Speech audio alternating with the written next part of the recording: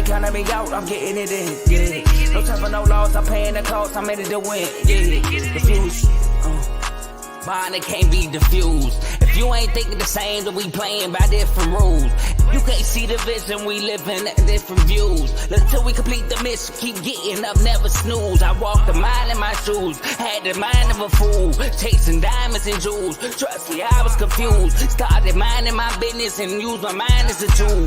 Ended up finding my purpose and found the time to get to it. They told me I couldn't do it, they told me I couldn't make it. They sold it, could never break it. That's sadly mistaken. I need a piece of the pie, I want it so bad I can taste it. They told me like Toby, keep on running, toes they gon' take them. Refuse to lose, built to win, applied myself, I felt it in.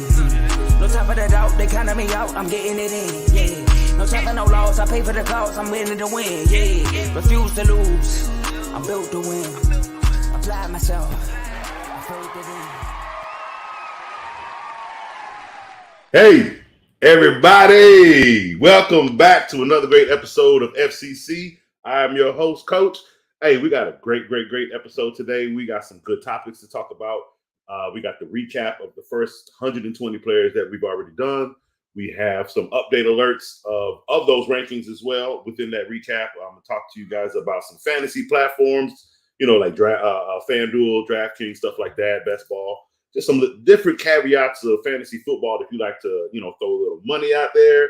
And then we have our final rankings from players 120 all the way down to, I think, 194. So we got a really good show to you today. If we got any new people watching today, welcome. I'm excited for you guys to be here. Welcome to Refuse to Lose. This is a great network. We have a lot of great things here. We have a lot of great channels here. Outside of my channel, we have the Refuse to Lose Sports Network, where we have the top three dogs, Joe, Tomo, and Dave.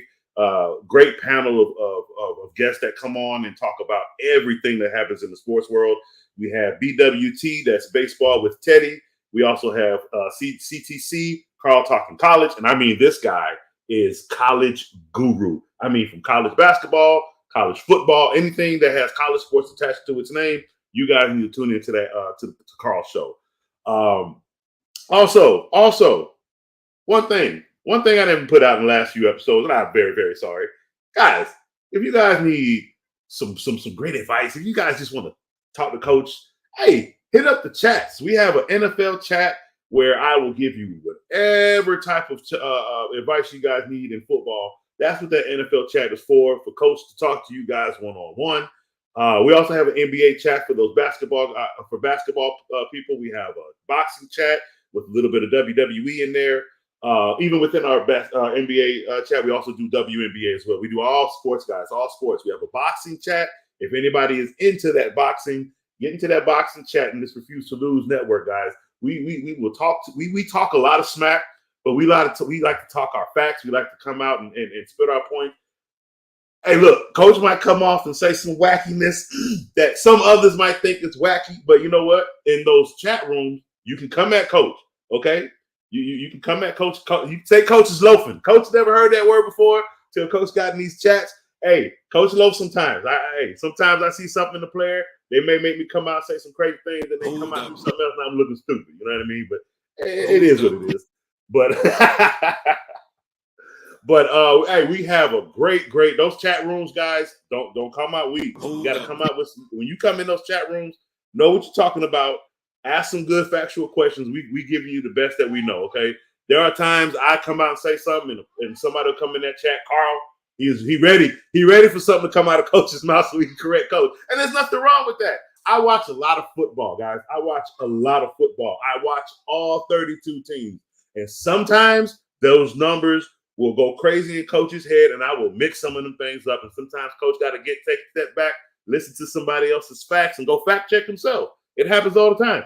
DK Metcalf, guy out here looking worse than Michael Williams. You got it. We're not doing that today. Nope, we're not doing that today. This is not a DK Metcalf episode. No, sir. No. What this is our first topic. This is about players who have moved up and moved down in our rankings. So we are going to get started with our show today, and we are going to move on with that, move into that segment. So a player I want to jump out to first is a player I know a lot of people have been worried about, and a lot of people have, it's one of those players where it's just like you want it, right? But what have you really gotten out of him when he played up to that injury? It's just like, you're weary. But I'm going to tell you guys, the weariness is over. Do not be weary. If your chance is there, Javonte Williams. Javonte Williams right now is a gold mine in fantasy. Why? That running back position has turned out so bad. What else do we have to look at? And I'm not putting Javonte in a bracket like that's all we have. No. What I'm saying is he is rising to the crop. We've lost 2 running backs in Taylor and Jacobs. Right now, they are dropping in our rankings because in camp right now, they're not doing much, and we don't have much to really talk about. But we have much to talk about with Javonte Williams. We could talk about Breece Hall. I'm not going to get into much of Breece Hall. He looked good in this drive that he had, but not even dismiss you. My bad. Hey, shout out FCC, CTC, BWT, and the entire R2L, best network in the world. Start spreading the news. Dave's Doghouse. Yes, that is a super chat from Dave. That is a super chat that you can get as a member in our Refuse to Lose membership. It is a $4.99 membership that gives you the super chat access. I do apologize, Coach. I have to do some more homework on more of the membership. So I'll have that on my next episode. I need to write that stuff down, take notes, like Dave said. So I will update more of the super chats and the membership perks that we get. But yes, Javonte Williams is one of our players that we are moving up in our rankings, and I have moved him up pretty high. I think I had Javonte down at 42. He was 42 in my rankings. And why? He was injured. He's coming off the injury. We have a new head coach. There's a lot of things that you kind of have to see and hear and read reports. That's what Coach does. Coach gets into those ESPN reports, not ESPN analysts. Again, guys, when we talk fantasy, we ignore ESPN analysts. Okay, we get into fantasy on Sirius XM Radio, channel 87. Okay, that is the stuff that we need. Okay, we don't want that crap. Okay, you don't have to be a member to Super Chat. Thank you, Joe. Thank you for that correction, Joe. 49 goes to you, Coach. Thank you, Joe. But we don't listen to ESPN analysts when it comes to fantasy football. All they are there to do is give you wrong information based off last year's stats. I use last year's stats and update you on what I believe a player is going to do moving forward. And sometimes those players can stay in the same rankings, the same tiers, and sometimes those players drop. Okay, it is what it is. I'm a guy that watches every player, every game, and I'm just, as a football coach, I know player progression and I know when players decline. It's a part of my nature of what I do when I view players on the field. So it's the same thing. Just because it's on the TV, don't mean I can't see what's going on the field. Okay. But again, our worry is over as it pertains to Javonte Williams because, God, he looks good. And here's the best part about him looking good. There ain't get nobody else. Who back there finna run the ball behind Javonte Williams? Scrubs. You know what that means? He got a dump off from Russell Wilson. I mean, almost every other down, probably. They're going to run the ball really good, but he's going to pass. He's going to catch a lot of passes as well. Javonte Williams. Let me tell you what Javonte Williams did his rookie season when he was running behind Melvin Gordon. This dude was still averaging 20, almost 30 points a game, and he was the backup. Mind you, he was splitting carries right down the middle with Melvin Gordon, and both of their numbers were identical, and he was the backup. Because even Melvin Gordon was putting up that well, but I think prior to him dealing with injuries, he was right when that season started, when they were both putting up big numbers. He was putting up the same 22, 33. They were both putting up those numbers because they were both getting in the end zone, both carrying the ball, and both catching the ball. Now it's all Javonte Williams in a Sean Payton offense. Oh, guys. Javonte Williams has moved up to number 28. I have jumped him up from 42 to 28. That means you should be having Javonte Williams somewhere between the second and third round of fantasy football, okay? Anything after that, he might be gone. I'm telling you, he might be gone. And if they showcase him more, in his third preseason game, you're going to see what I'm talking about. He's going to look real good. He's looking healthy. Again, the scare is over for his injury because they already put him out there in preseason. Normally, you're still worried and weary if we don't get any preseason action. That is over the minute he stepped on the field and took a carry. How do I know? Oh, just because Dalvin Cook did the same thing the year after his injury. He took that 85-yard carry to the house. Hey, I put that man on my fantasy team the same year. Hey, I went to the championship the same year with Dalvin Cook. I did lose because he didn't last the year as normal. So I was without a running back at the end of the season. But hey, that's fantasy football. can't guarantee everything, you know what I mean? But what I did know is he was my running back for the whole season. And for regular season purposes, he did what he was supposed to do for me. All right, he got me to the playoffs. He led me in the playoffs. I just didn't have him that last game. It is what it is. It's a lot of that. It's a lot of that you can't do much about. You got to take fantasy football punched in the mouth where you can, all right? But besides that move up, we have another. And yes, it is a young man that I have been paying very, very, very close attention to. And that is, where you at, my guy? George Pickens. George Pickens. He has moved up from 40. I think I'm at 41. I've moved him up to 36. So George Pickens is a third, fourth round pick. Yes, I'm telling you. Look, I keep telling you guys this. I keep telling you, if you do not have an investment on a Steeler in your fantasy team, I don't know what to tell you, man. Like, I'm telling you right now, between Najee Harris, I get it. A lot of people are worried about Najee Harris. I'm not telling you he's a first-round draft pick. I'm telling you he's a second-round, third-round value, okay? However, if you don't have him, you're gonna be pretty sad, because I'm telling you now, they have worked on that offensive line. I am not worried about the Steelers' offensive line. I'm not worried about the Steelers' defense. I'm not worried about the receiving core. I'm not even worried about Kenny Pickett's small hands. I'm not. I love his leadership. I love the direction of the head coach of that team. They're going to run the ball very well. You're going to see Steelers football is what you're going to see. And what that means is you're going to see two outside wide receivers eating big. Bro, I'm talking about Deontay Johnson and Kenny and George Pickens. They are going to ball out. However, I know there's going to be a third receiver that slides in somewhere. And if it's not, it's because it's going to be the tight end Pat. Remember, I said look out for that tight end. You could get him late, 7th, 8th, maybe even 9th round. But pay attention to where you can get Pat. He's going to be a big pickup for you in fantasy football. If you don't get a tight end, one of the three stout tight ends that they have, Pat is going to be your guy. You might want to, you're going to want to get late in rounds.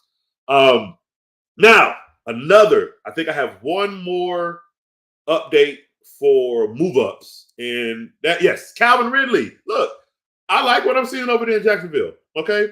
I get what everybody's saying about the backup running back, but I didn't like Travis Etienne coming in last year and they didn't sit him down with his little behind.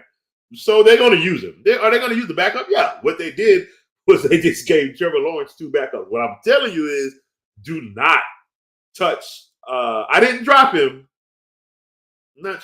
Where do I have? I don't even think I have him that high, so you should be fine. Travis Etienne, I have him in the 4th, 5th round. I have him 43rd overall. That's fine.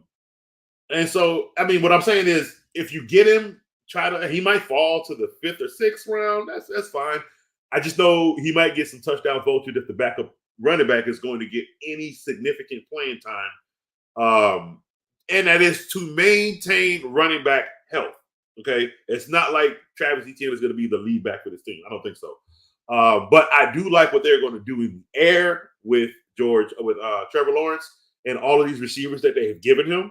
I like that. I dropped Christian Kirk because I have to raise Calvin Ridley as the number 1, and I haven't moved up to 37th overall. That's perfect. Get Calvin Ridley in the 3rd, 4th round. Hey, look here. In coaches' rankings, this 3rd and 4th round is where you're going to get a lot of good wide receivers, a lot of good ones. Pay attention to that, depending on how you work your strategy. That 3rd and 4th round where Coach had, you're going to get a lot of good people in that 3rd and 4th round, all right? Now, some move downs that we have. Ramondre Stevens. Look, a lot of y'all got on me because, yes, I beat up on Zeke because, yes, he almost got beat up by a trash can trying to make it to a team after he got cut from the Cowboys. Okay, look, I beat up on Zeke for specific reasons. He had a great rookie season. I know the Dallas Cowboys, and with Dak Prescott and Zeke, I didn't think that was going to be the key to their success moving forward because of the dynamic of what both of them do. Now, does one help the other? Yes, that's what they did. I just didn't think that was going to be dynamic of success for the Cowboys' future. So I didn't think Zeke was the best pick. And that if you went Zeke in somewhere else, Zeke was everything for you for the Cowboys. It's just the fact that you went with Dak. I didn't see that working. I'm sorry.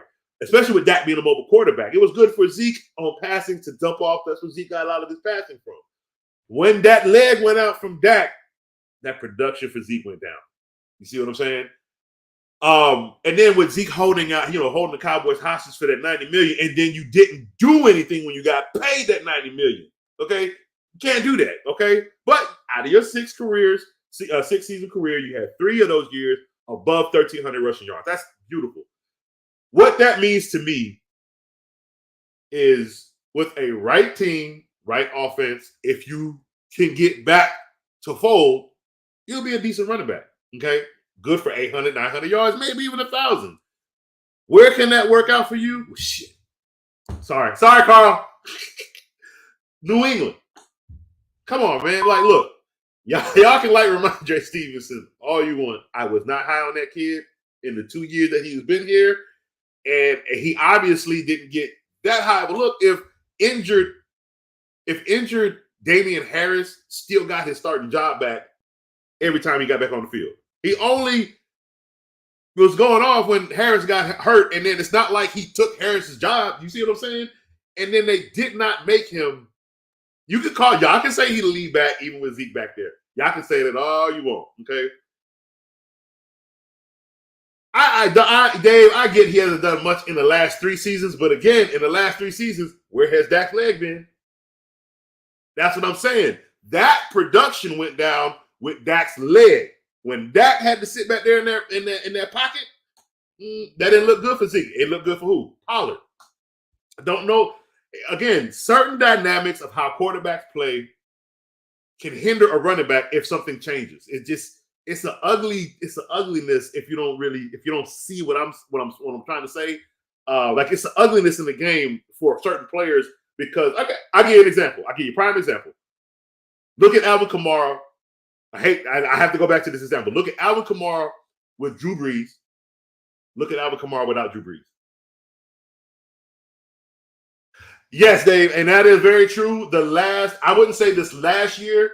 It was the year after the 13 from after he got paid. Those 2 years, yeah, where he only had like 800 and another less. He was hurt those 2 years too, which also hurt the team. So I get what you're saying. So all I'm saying is behind Ramondre Stevenson, Zeke, bro, I'm telling you, Zeke is going to vulture a lot of touchdowns from Ramondre Stevenson.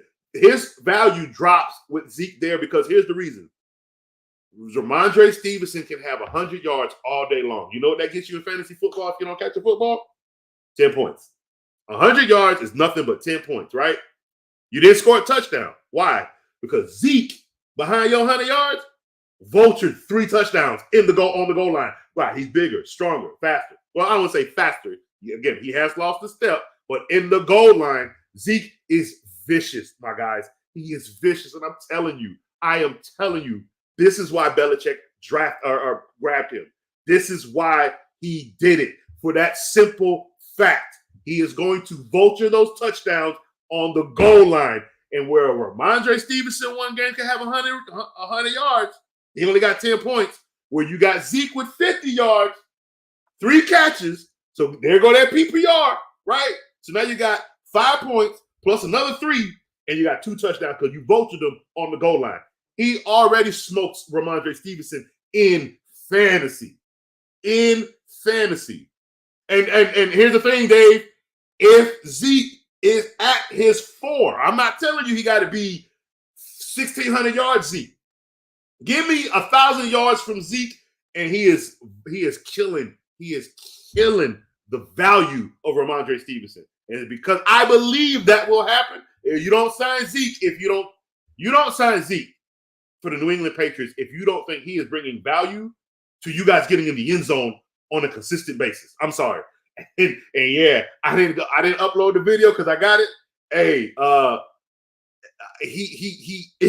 you're right, Joe. He might not get the 1,000 if he's more of a vulture. If he is more of a goal line vulture, no, he's not getting 1,000. He'll probably stay at 700. But what I'm telling you is that value in fantasy, because he will get in the end zone more, it's going to be higher. And it's going to, I'm telling you, you draft Ramondre Stevenson before the 4th round, you're going to be in trouble. He is a flex value now due to Zeke's abilities. His abilities on that goal line. It's so dangerous, man. Think about it this way. Y'all remember when Frank Gore didn't want to go away? Every team that man went to, I love Frank Gore, but Jesus, he was a vulture for any running back he ran behind. That's just and this is when he wasn't a starter anymore. Anybody he ran behind, he was vulturing the touch. Because why? It didn't matter. He was still a goal line presence. My guy Latavius Murray did the same thing, and he's doing it now. He's going to be in Buffalo, vulturing touchdown on that goal line. The problem in the NFL right now is there's still a lot of teams that have a problem on that goal line. Damian Harris, Damian Pierce, he didn't look good today on the goal line. I did not like him in the red zone. And this is why I have him as a 5th, 6th round value. He might drop after next week. I don't know. But Ramondre Stevenson in the 2nd round will be very dangerous for you pick with Zeke behind there and Belichick's mind. I'm telling you guys. And I'm not saying Zeke will get 100. I'm saying if Zeke is running as if he was going to get 100. Remember, he's not the starter. He's a vulture. And he is going to vulture touchdowns on that goal line away, even passing. Even with that bootleg, it's going to Zeke, buddy. I'm telling you, it's going to Zeke. I'm telling you, Zeke is going to vulture touchdowns. There is a there's a training camp practice with Zeke there. It's the fact that it's literally a goal line run with Zeke getting in the end zone in practice. I'm telling you guys. I'll upload it later. I'm telling you guys, it's dangerous right now for him. Is it dangerous to draft? Breece Hall? No. Keep Breece Hall right where he's at. I have him 15th or 16th overall. Keep him right there where he's at. Dalvin Cook is going to not allow Carter and another back to get any playing time. That's all that's going to happen. Breece Hall is going to be your guy. Breece Hall is running between the tackles. Breece Hall will catch a little. And Breece Hall will be the red zone guy when he will still vulture, but not as many. When Dalvin Cook isn't on a run drive, you know what I mean? Like he's not on the drive where they're cooking and they don't call a timeout. They call that timeout. Yes, Dalvin Cook is coming out the game on that 15-yard line and it's going to Breece Hall. Okay, but again, what I like about Dalvin Cook is the weaponry they have. So here's the thing. The receiving core over there, I'm not still impressed with. I don't care if Alan Lazard's there. I haven't raised his stats. The go-to guy is Garrett Wilson. He's got pieces to rely on 3rd down only, period. That's the only reason why them guys are there. That ball is going to Breece Hall. That ball is going to Dalvin Cook. And that ball is going to go to Garrett Wilson, period. Okay? Dalvin Cook will vulture 15 points a game, but I still think Breece Hall will end you at minimum 14 if Dalvin vultures too much and they want to preserve him because let's say the Jets end up just actually going up by too much. Yeah, you're going to see more Dalvin than you will see Breece. But I don't think the Jets' schedule actually allows that. They're going to fight in games, so we will see Breece Hall a lot. And don't worry, he's going to be fine right where he's at. No, Dave, I don't like the wide receiver core. I'm not a fan of Alan Lazard. I'm not a fan of them old receivers. He's got Garrett Wilson, and he's got Dalvin Cook to catch too. Okay, like I said, they're going to be good for his 3rd down purposes. That's why he brought them there. They're safety net. That's it. I don't think the Jets' receiving core is an elite receiving core. I still think a good defense can stop them. You know what I mean? A top 5 defense, even top 10 defense. Like I don't think I got the Jets winning nothing but 10 games, maybe 9 games this year. It's not going to be that they can get into the playoffs. Don't get me wrong; they can get into the playoffs, but I don't think that receiving core is that great. They got Garrett Wilson, who's going to lead them, and then they got the other guys to help old man Rodgers not get hit in that pocket. Okay.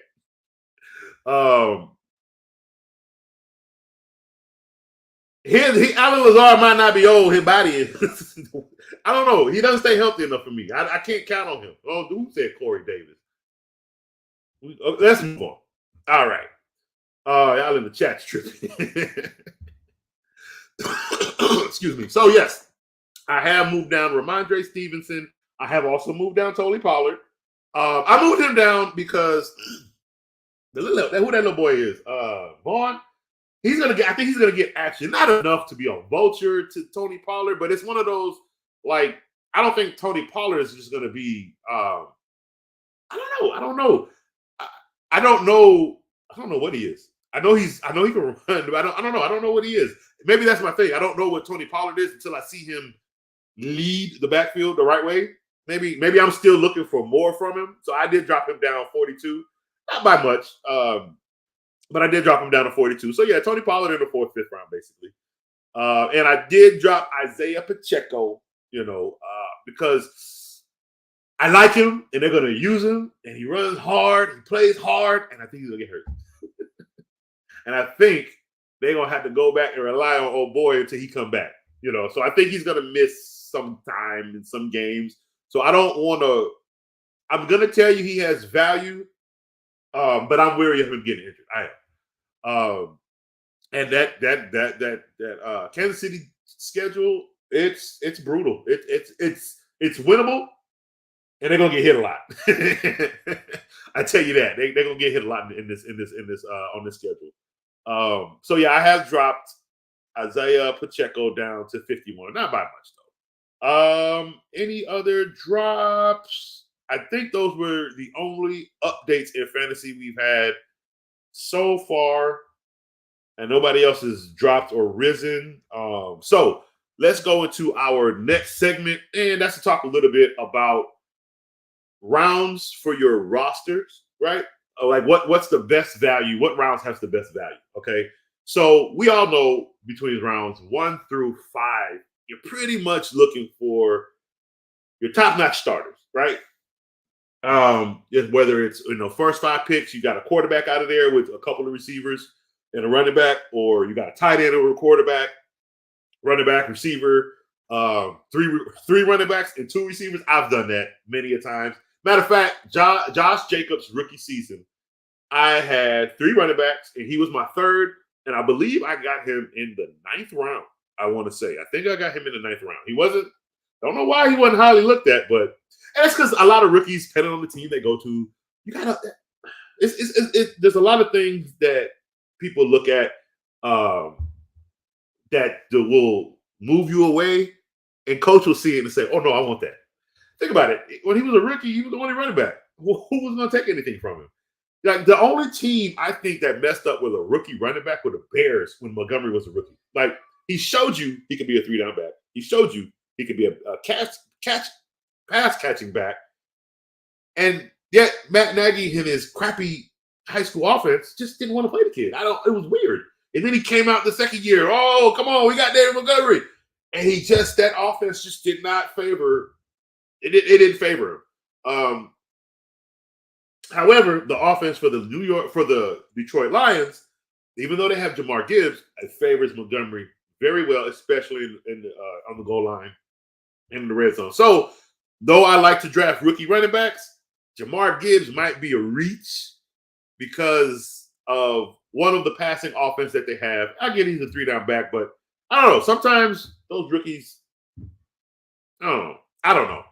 I'm still worried. I know everybody high on Bijan Robinson. I'm not that high on him. I mean, I don't have Atlanta winning that but like 6 games. What do you expect to really come out of that? It's going to look so good at first. And if he is 80% of that offense, he's not going to last. He's not lasting 18 games being 80% of the offense. I'm going to be completely honest with you. Something ripping, something tearing, something will break. I don't know. But there's no way he's going to last that long if they don't have a balanced offense. If 8 in the box is stacked on Bijan Robinson, good luck. I'm telling you, good luck. If you think it's going to be a feeding like how Harris was fed his rookie season, no. And no, Joe, I'm not going Gibbs over Bijan either because you got Montgomery behind him, who is a very viable running back, and you still got so many high-powered offensive weapons on the receiving core. Again, this is a quarterback-driven league.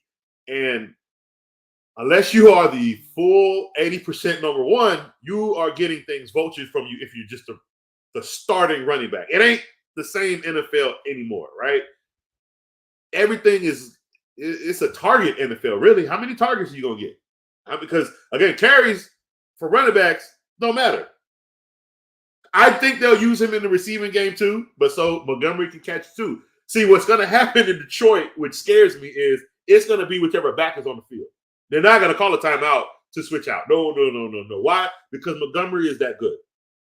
So they're not going to do that. It's whatever back is on the field is going to finish that drive. Now, if Gibbs is, of course, getting 70% of the carries and touches, that's another thing. Look at the percentages of targets and carries that those guys are going to have, and how much percentage the other one is going to impede on their percentage. You see what I'm saying? That kind of helps you when you're drafting these running backs that have another back behind them that can play. They can draft him top 10 all they want. That don't mean he's gonna play like a top 10 player. I get it. I do, but again, his quarterback is still Jared Goff. So the minute he gets scared in the game, that whole game plan is pretty much gone to the doo-doo.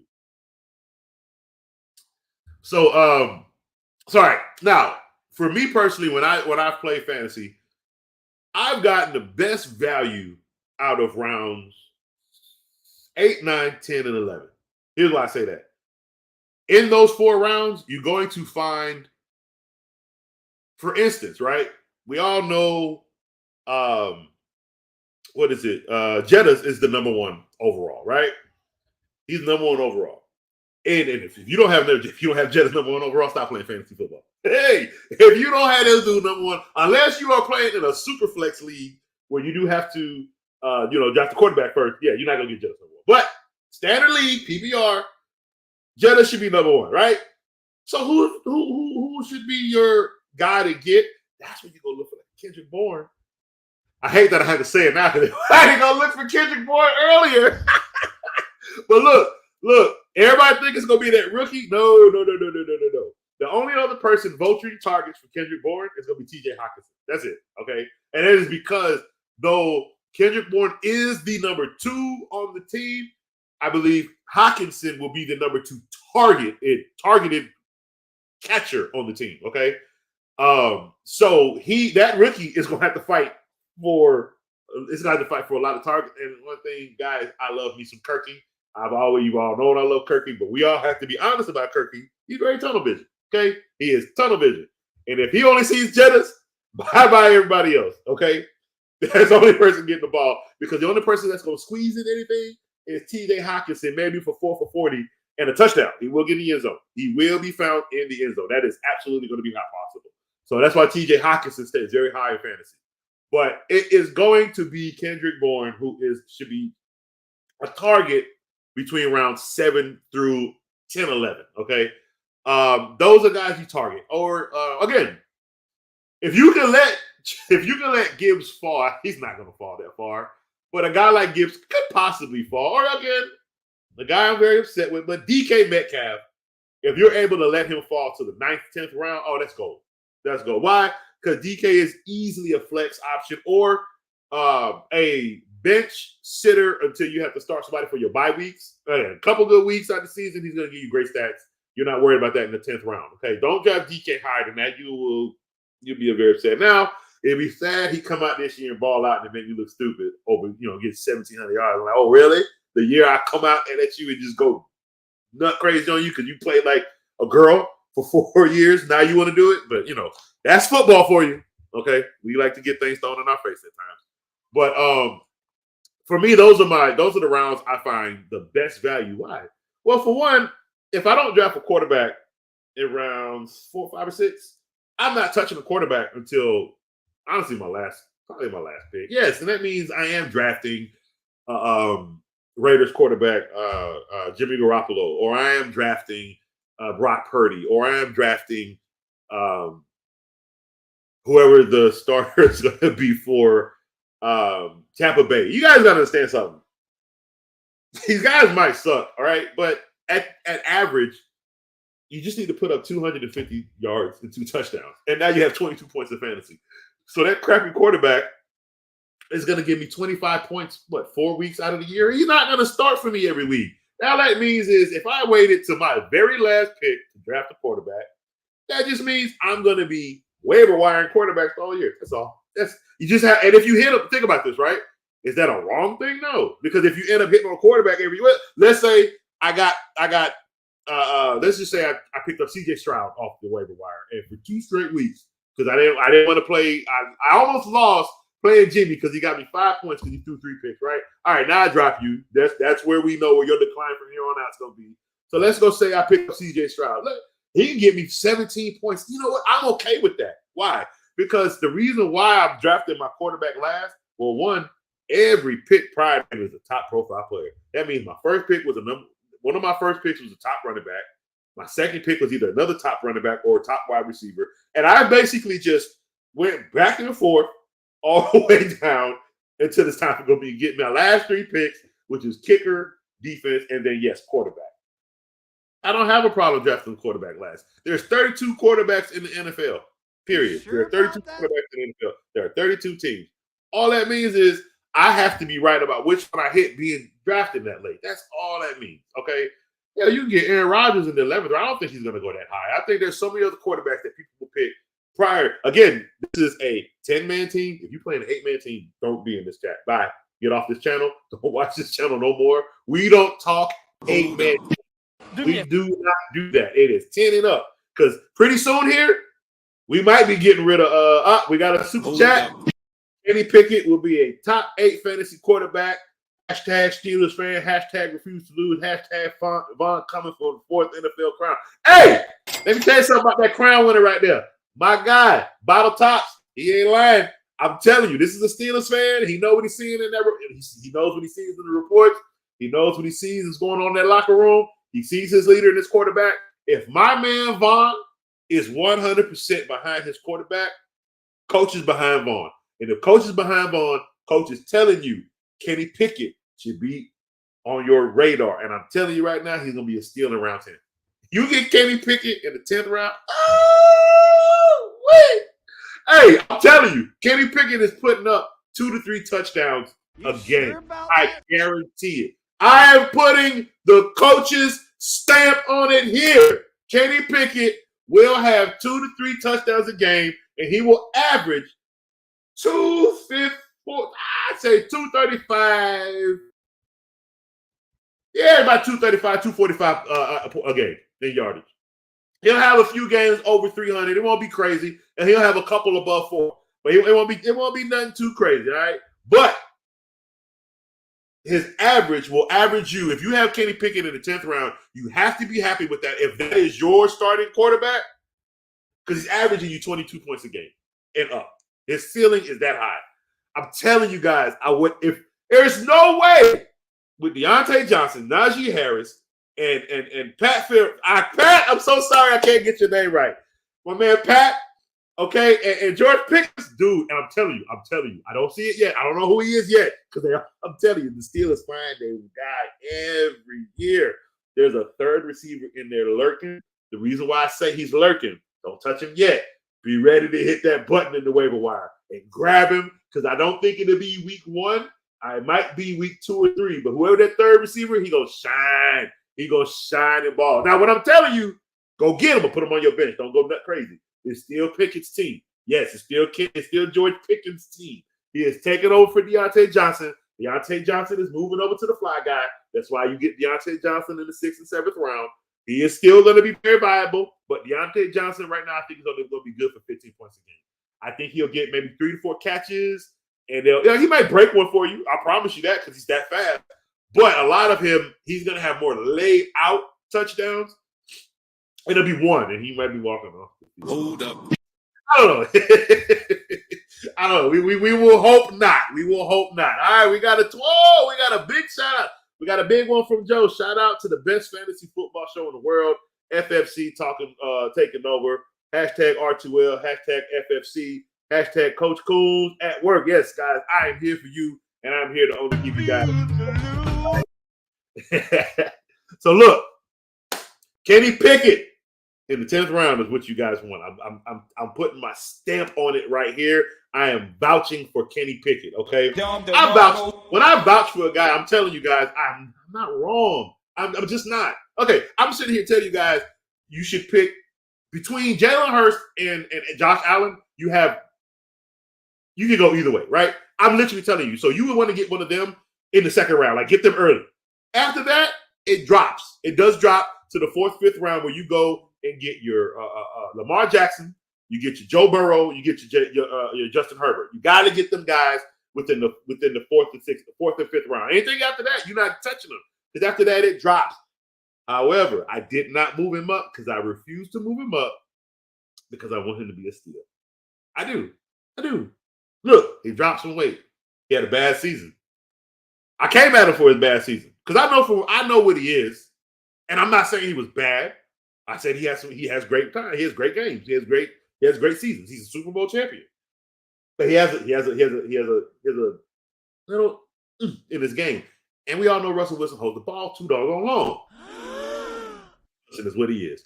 However, I don't think we get Cowboy Russ. No. I think what we're going to see is very efficient. The way he threw that pass to Jerry Jeudy and walked off the field. Hey, I'd be scared to play against Russell Wilson this year. Yeah, I'm saying it. I'm not putting a stamp on it. What I'm saying is, if you steal Russell Wilson in this year's draft, you're going to be very happy. I do. You got Javonte Williams, you got Jerry Jeudy, and yes, I'm going to put Cortland Sutton up there. I'm not a fan of Cortland Sutton. I'm not moving him up in fantasy rankings, but he is a target, and he will get targets from Wilson. But everything needs to be understood in this way. Sean Payton's the coach. That's all we need to understand. Sean Payton's the coach. And this team is going to be ran his way, and it's going to look real good. And, hey, I say 33 touchdowns.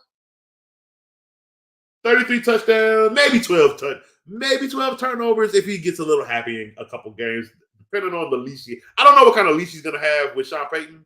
So we'll get a real good view of that in the first 5 games.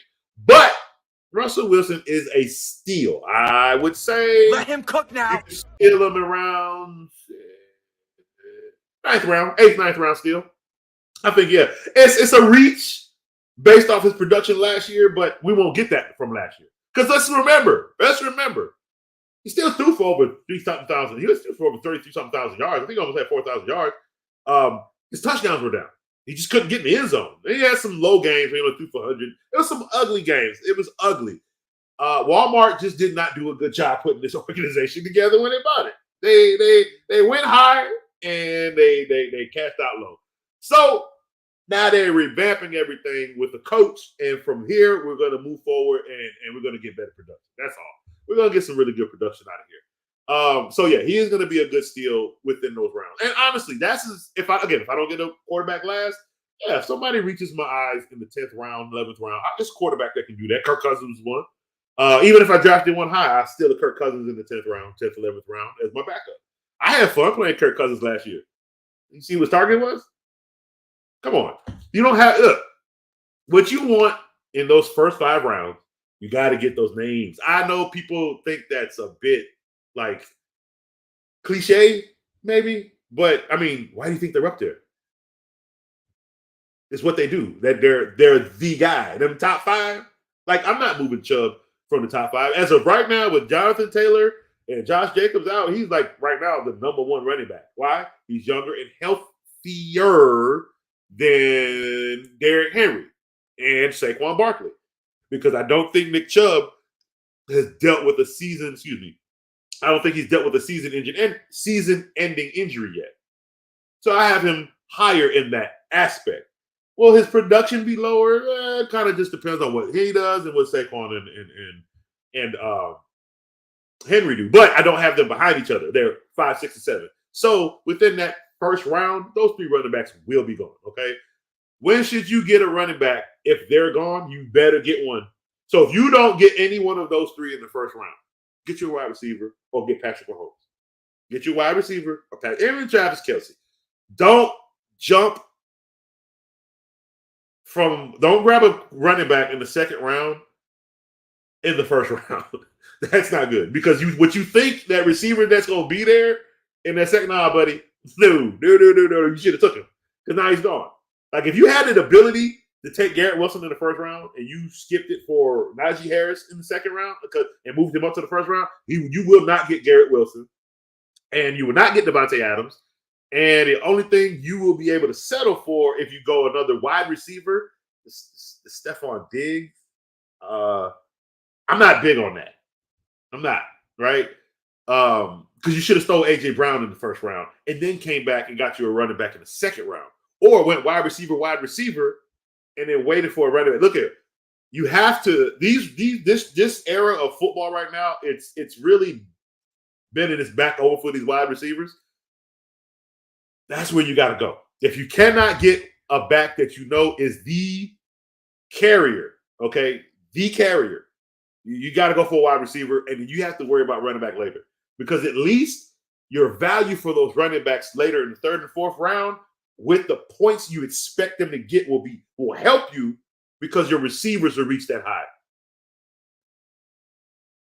Why are we reaching for that tight end? Tomo, come on, man. He's Kelsey, dude. Look. His numbers aren't dropping. Where do you think Patrick Mahomes is going with the football? It's all about target value. He is going to have the bulk of the target. He is the tight end version of Cooper Kupp. It's plain and simple. He is where, if you think they're going to Kadarius Toney, he's going to go to Kadarius Toney. But look, I'm not sold on Kadarius Toney. I'm really not. I'm not even sold on Sky Moore.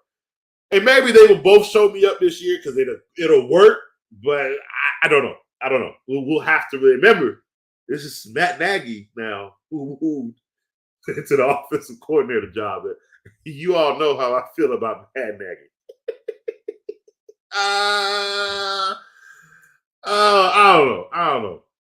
If Kelsey is a top tight end draft pick, and if you're going to draft a tight end, draft that high, draft him in the first round, yeah. Because, again, you're not going to get Kelsey in the second round. There's just no way. I have never seen Kelsey in all of my time playing fantasy football and watching Kelsey play football. I've never seen him anywhere near the second round. He is literally either pick 11 or 10 in the 10-man team, especially in a 12 or 14 team. He's going in the first round. There's no way he falls to the second round. Kelsey is a first round draft pick. All right, so another great value section. It's the tight end. See, I'm gonna give you a list. Coach got you. There are 32 teams in the NFL. Coach is gonna tell you those. I'm gonna say that every chance I get, because I need people to look at fantasy football that big. There are 32 teams. Okay, with 32 teams, there are 32 quarterbacks. With 32 quarterbacks, there are 32 running backs. We ain't gonna get to the number of receivers because we do know there are 3 to 4 of them on the field. Now, if you can visualize that part, do you know that it's depending on the team, i.e. the Pittsburgh Steelers or the Philadelphia Eagles? No, not the Eagles. Steelers, Chiefs, Chargers. And I'm trying to think of one other team. It's basically teams that like to abuse the nickel corner. Not teams that look for the one-on-one matchup.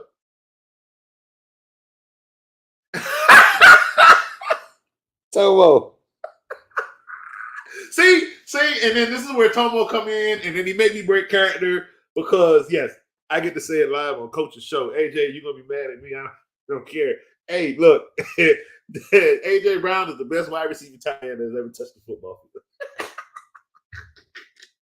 I ain't seen so many seam routes ran by a wide receiver in my life now. Again, I only want to just make fun of, but again, one thing I love about AJ Brown, I don't see that many drops. You know, seam routes are pretty easy, especially if nobody's covering you because somebody else is taking on double coverage. But you do what you're asked will provide production. Okay? That's why I have AJ Brown ranked higher than Devontae Adams or Devontae Smith. He's going to take on a double team, not AJ Brown. No, AJ Brown will continue to run them seam routes. them the tight end routes. He will continue to get open. And he would continue to get 1,400 yards. It is what it is. I'm not going to be shy about what I see on the football field, okay? Y'all can call that crap he run a post all you want. I need you all to understand something about post route. The ball comes after you hit that little dig. Not run a post after you caught it and you round that bit. No, he rounded the route off after he caught the ball. No. I mean, before he caught the ball. No. No.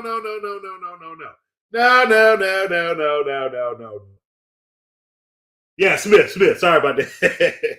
Okay, no. Okay, I like AJ Brown. Don't get me wrong. I like him. Okay, but this is just for Tomo. I had to put this out there for Tomo. He run tight end routes, man. I don't look. Maybe people just don't see what me and Tomo see, and that's okay. That is okay. Our eyes could just be different. All right.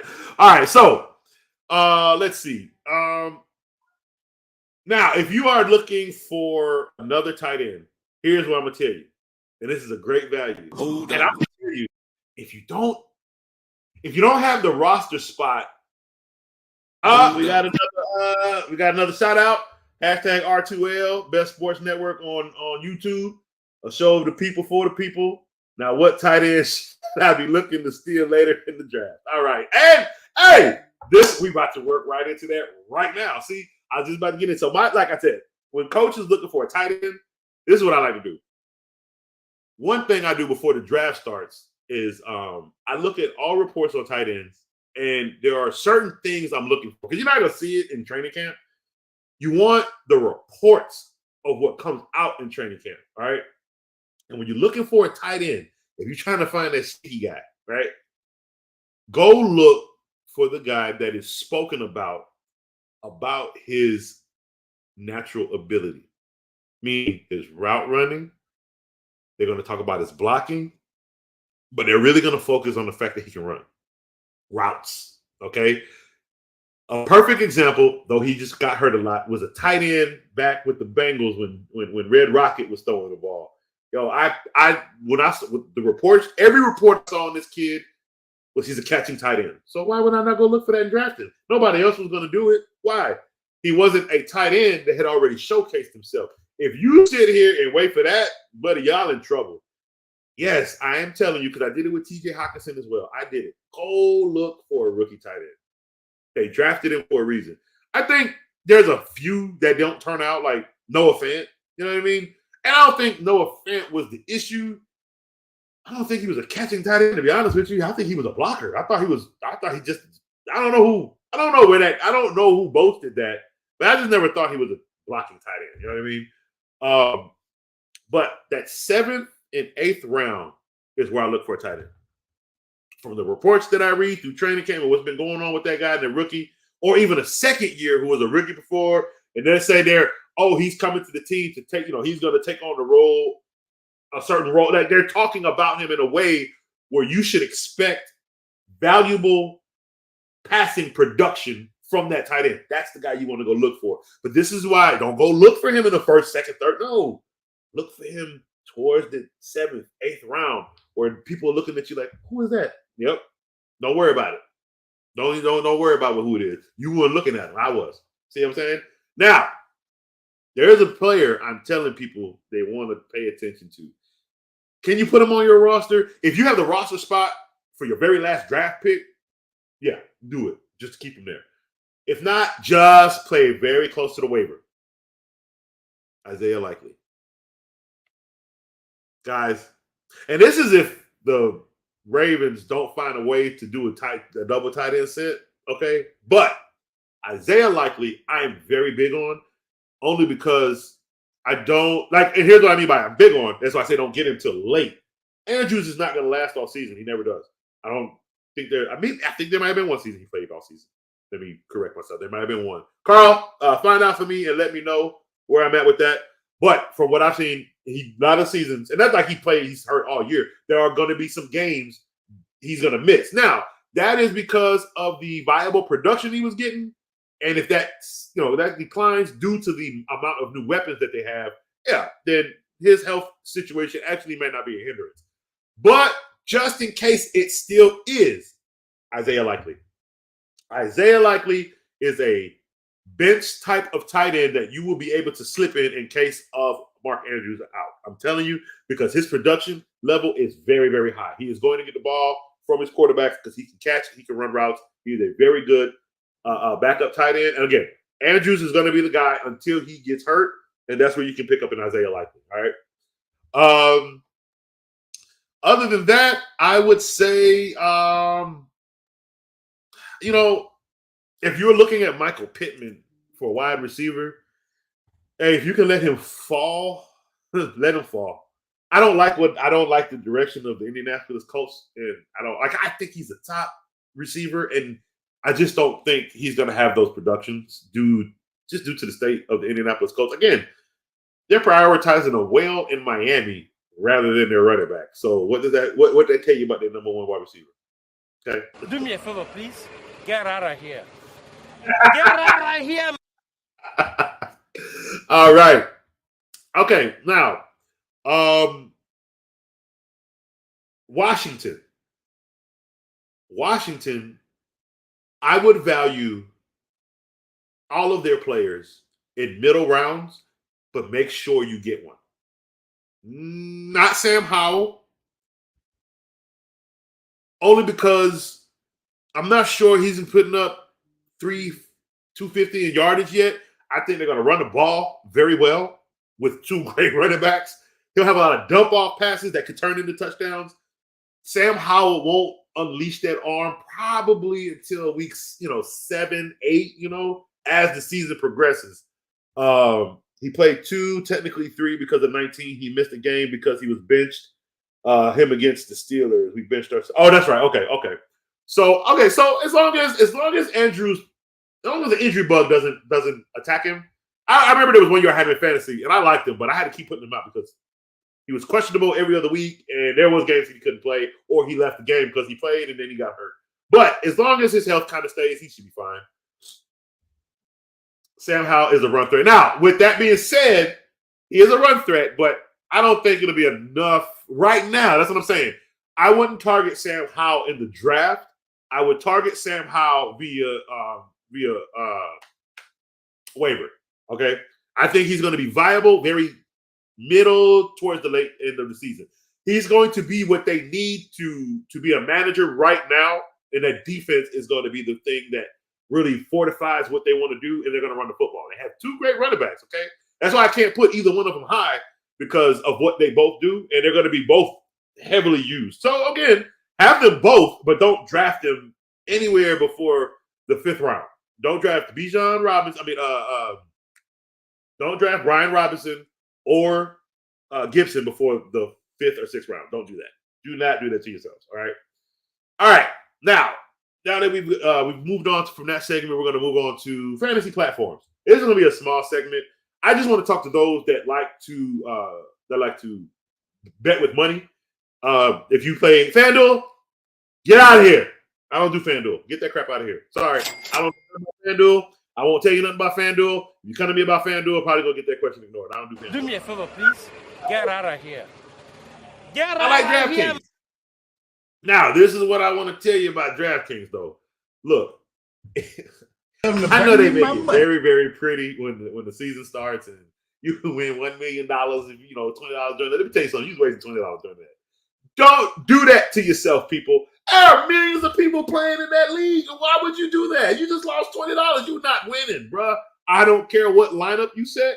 You might have to pay if they tell you got 10 entries, go pay that $20 10 different times, and then hopefully one of them gets somewhere near that million. Bro, don't do that. You will waste so much money in DraftKings, and you will go broke. I'm telling you, if you are going to do it, you need to go into those leagues where you have a much smaller game pool of like maybe 50 people, all right, 100 people. That's fine, all right? Even 3,000 people. Don't do those $1 million shit. No, sorry. Don't do those $1 million stuff, bro. Like for real, like you're going to lose a lot of money, okay? When you play DraftKings, go into the leagues. Like when you go weekly, just find those ones with the smaller league numbers. Like, and then look always Always go look at the payout. If you look at the payout for those $1 million payouts, do you know if you come in anywhere in a certain bracket, you ain't gonna get no money? But if you go into those other ones, you can get paid $1 if you come in at a certain low rank. I'm just saying, if you're gonna pay your money in, get something out of it at the end. If you don't win, like they need to pay you out $1. You know what I'm saying? Don't go in and spend all your money and just come out with zero. If you peed off every week, thinking you set the perfect lineup and you lost to somebody who put a bunch of third stringers in and they ate all week. I'm just saying, bro. Don't do that to yourself, all right? Again, go into the smaller pools, smaller people, 3,000 people, 100 people, 50 people. Do those things, right? 30 people.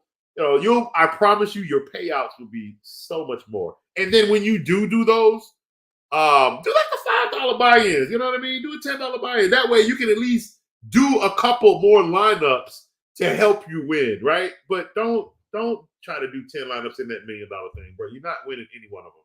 And neither one of them are going to reach a money amount you're really looking for. You just wasted a lot of money, all right? Now, if you're looking for a really cool payout, something I found out that I really, really like when I do fantasy DraftKings, I like tier games. Like, what I love about tier group games, it's a certain group, a certain amount. You only get to pick 6 people, 7 people, something like that. And you can have 2 quarterbacks. Okay, no kickers, no defenses. Okay, all players. Okay, all you have to do is select the right person in that tier to pay out. I have had more payouts playing tier games than I do doing regular lineups because I hate starting the kicker and I hate starting the defense. I hate it. And then you only give me $2,000 to fish through all these players to fight. Man, no. Because you'll never set the right lineup, you're going to lose. But those tier groups, you can put more money in the tier groups because you can have different tiers. I like those a lot better. I feel you get more value for your money doing tier games than you do during the normal lineup. All right. So that was just a quick. One more. If you don't play best ball, play best ball. Here's what I like about best ball. Everybody's points matter. Yep. Even them guys on the bench. Why? If you have, even though they did not start the week you played them, right? If they were starter, I think the way best ball works, it's a cumulative points. So you don't have, so it's it's an automatic thing they do. But even the personnel on the bench, their points get counted towards your best ball win, basically. I have to look at the more rules about that when I get a chance, and I'll give more information on that. But from what I understand, best ball is just a lot better because at least, yes, every third person on your team has the right value because their points are counted towards your win. So not in that week's win. I think it's cumulative. That's the thing I like to say it at the end of the season or something like that. So it's like you never, even if that person was on the bench, it don't matter. The points will count some way towards the season at the end of something like that. But it's a cool way of drafting the right value of players. So yeah, if you haven't gotten into best ball, that's another payout fantasy game, a platform that I think you guys should try out. All right, so our last segment for today is we are going to go ahead and finish our rankings, and we left off at 120, and that 120 was Zach Kaepernick. So look, these last rankings. Basketball. Oh yeah. Hey Dave, I'm with you. I haven't even done basketball fantasy. I think the only fantasy I've literally stuck with is football. So I definitely not know if I'm ready for basketball, best ball. Like, yeah, if you know more about that, Dave, put me on game, bro. All right. So these last, what is this? 120 through 194 players. Look, they are rounds 13 through 16, basically. Anything after that, everybody's on the waiver wire. So guess what that means? We ain't going through all these people because the rest of them are. And anybody when I stop, waiver wire. Let's be honest. Is anybody drafting C.J. Stroud? No? Okay. Is anybody drafting Mac Jones? No? Oh, no. Anybody drafting Irv Smith Jr.? Okay. Is anybody drafting Ryan Tannehill? Is Come on anybody now, drafting dog. Ritter? Is anybody drafting Baker Mayfield, Will Levis, Jacoby Brissett, Curtis Samuel? Curtis Samuel, maybe, but he'll be so late. Get some help. And you ain't drafting Claypool, especially when tearing his hamstring all of a sudden. Missed the best wide top three. Oh God, I ain't seen a liar more than Claypool. That is one lying NFL football player. I think he is worse than Jadeveon Clowney. Y'all know I give that dude hell. And it's funny, I won't touch him right now. You want to know why? Because where he is going with the Ravens, I actually think they're going to use his behind properly. And they won't let him be Jadeveon Clowney. They're going to turn him into something. Tay may draft Baker. Come on now, dog. Come on, man. Oh, man. I love this show. All right, look. So, where we left off is with, All right. So, I have Zach Cabernet at 120. I think he is going to be used in Seattle. Real quick. If you guys are worried about Seattle, don't be worried about Seattle. Y'all ain't see that 71-year-old man out there throwing, out there playing bootleg football with his team? Hey, throwing darts? Okay. Y'all got Pete Carroll out here throwing darts in training camp. Hey, one thing I know about Pete Carroll as a football coach, he loves training camp because he gets to be out here with his boys, man. That's one coach I love to be around. But yeah, Zach Cabernet, he's going to feed a little bit. So I think he's a great late round 12th round, 13th round pick. He's ranked at 120. 121 is Kirk Cousins. I had him at 98. I dropped him to 121. I do think he's going to drop off. I do. He's had a lot. And then they put all them chains on him last year. That was your peak. Because they can't do that again. You don't get to come out as, flossy Kirk Cousins this year. It's not about you now. It was about you last year. And you got to the playoffs, even like I said you would. That was it. So now I do think Kirk Cousins does finally take a step back. I think that is where it happens now. So I have him ranked at 121. 122, I have, where we at? Who I have at 122? Okay, we got Kenny Pickens at 122. I will not draft him higher. I won't put him up higher. But again, that's why I said at 12, you can steal him in the 10th round. That is absolutely fine. 123, we have, where you at 123? Don't hide from me. We got Mike Gesicki. All right. Value. Let's jump back into value real quick, right? Mike Gesicki in the 12th or 13th round is a beautiful value. He's going to catch the football over there in New England. Or did y'all forget that's where he went? And now y'all forget there's another tight end there. So now they got a 2 tight end sit. So is Mac Jones going to be okay? Yeah. As Zappy fever is over. That's over. You have been zapped. Hey, if you thought that crap was going to continue, it got shut down the minute he tried to come in the game and save it and lost. No. Y'all made Belichick look like a fool. Because first of all, he is not a coach that does stuff like that. But he did it, and it didn't work. And it's not Zappy. Sorry. So it's going to be Mac Jones. They got him 2 tight ends. That offensive line is good. They got him Zeke, so he has another running back with Ramondre Stevens. He's got Juju. He's got, I forgot the other 2 wide receivers. I think he still has, what's my man's name? Unless he left, he still got Kendrick Bourne. And there should be one other wide receiver. Where are you at? If I can find it real quick. I'll figure it out later. But anyway, so I think, again, they're going to be an average team. I think I got them winning 8-9 games. But Mac Jones will be fine. But Gesicki, oh, yeah. He's going to be heavily used in the red zone. I think he'll be good for 4 targets. What do you guys think? Let's say 50, 60 yards and a touch. I think it may be 30 yards, maybe 30 yards. 4 catches, 30 yards, because they might be short catches. You know what I mean? They all might be within the 15-yard line, so it might be stuff like that. But that gives him 2 touchdowns. So we'll see. But I do like Mike Gesicki as a late, 12th, 13th round pick. If you're looking for another late but good tight end who should secure some good targets. Excuse me, because we have Hunter Henry who will also secure good targets, but I do have Mike Gesicki ranked higher than Hunter Henry. We'll get to that soon. So, all right, Mike Gesicki at 123.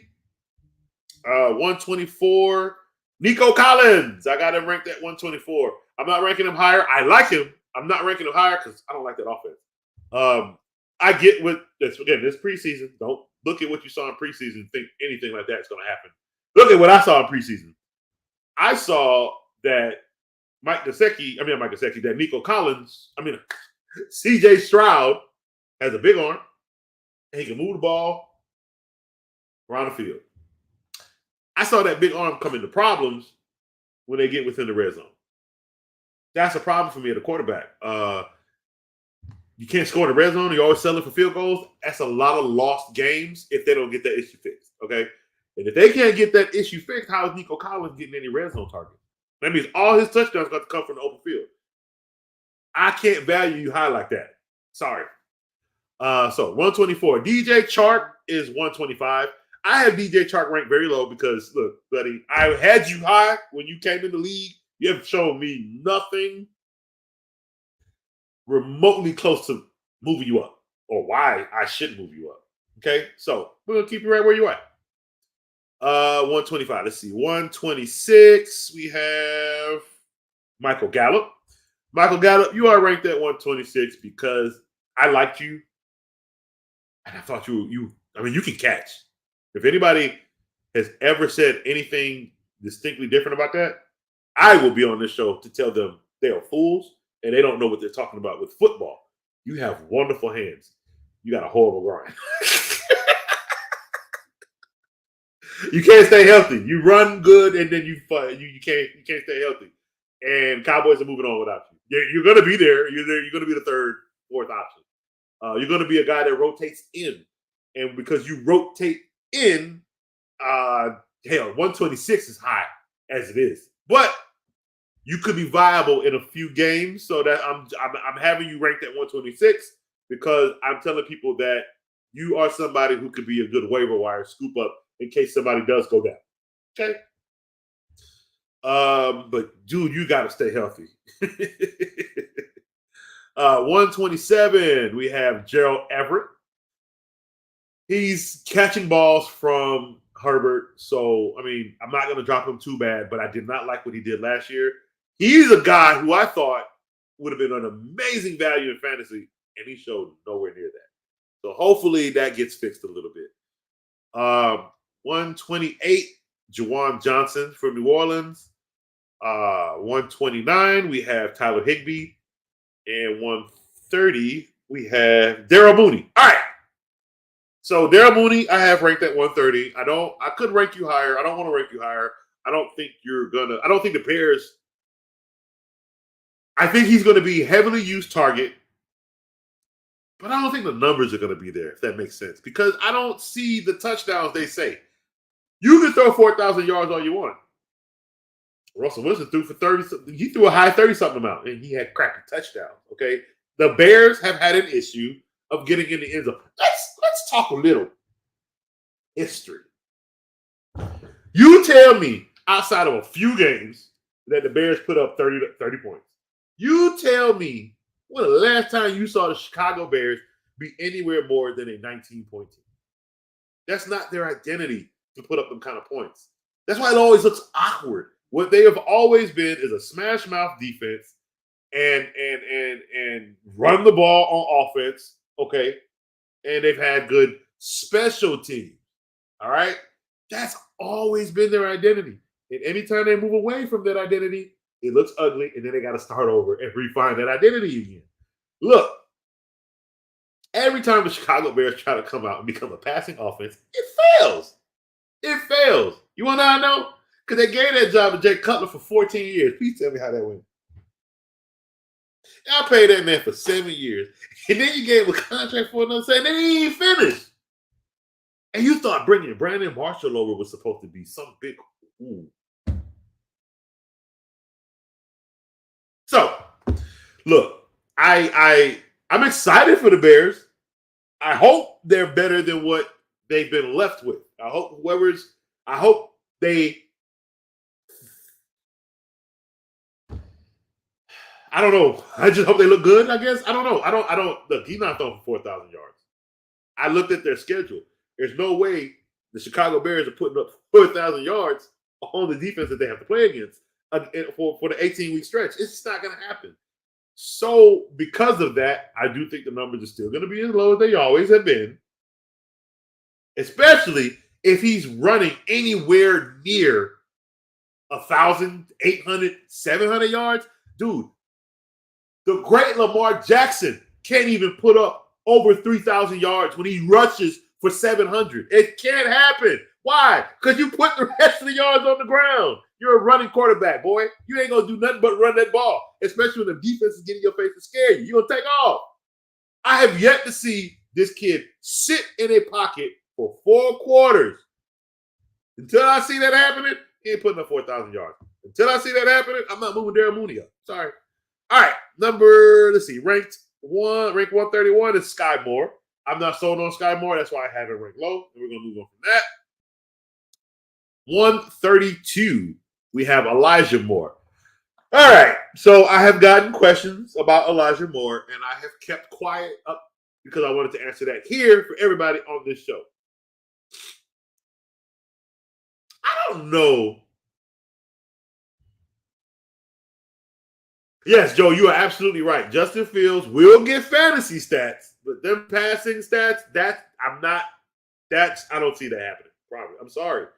You show me a game Justin Fields threw for even close to 400 yards. 330. 300. Show me a 300-yard game.